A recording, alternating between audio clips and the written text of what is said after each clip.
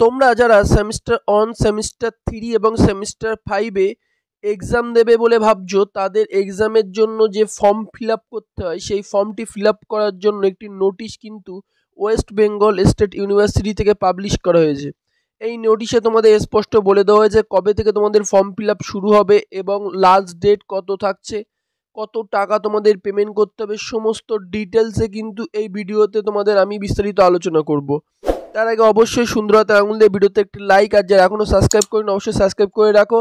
কোনো রকম college related update আমি সবার আগে চ্যানেলে আপলোড করে দিই। এসবি সাপোর্ট টিমের পক্ষ থেকে সকলকে অনেক অনেক অনেক ভালোবাসা রইল, এবং সাথে তোমাদের আমি প্রত্যেককে বলি, তোমাদের যে ফর্ম ফিল আপ সেই ফর্ম ফিল আপ শুরু হচ্ছে 21শে নভেম্বর থেকে ডিসেম্বরের 3 তারিখ পর্যন্ত লাস্ট ডেট আছে। দেখো একদম ফার্স্টে দেওয়া আছে 21শে নভেম্বর থেকে তোমাদের শুরু হচ্ছে, আর ডিসেম্বরের 3 তারিখ পর্যন্ত তোমাদের ফর্ম ফিল আপের লাস্ট ডেট।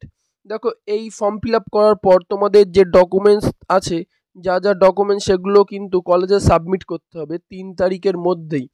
3 তারিখ থেকে কিন্তু সাবমিট করার পর 4 তারিখে দেখো ইউনিভার্সিটিতে সাবমিট করবে কলেজ।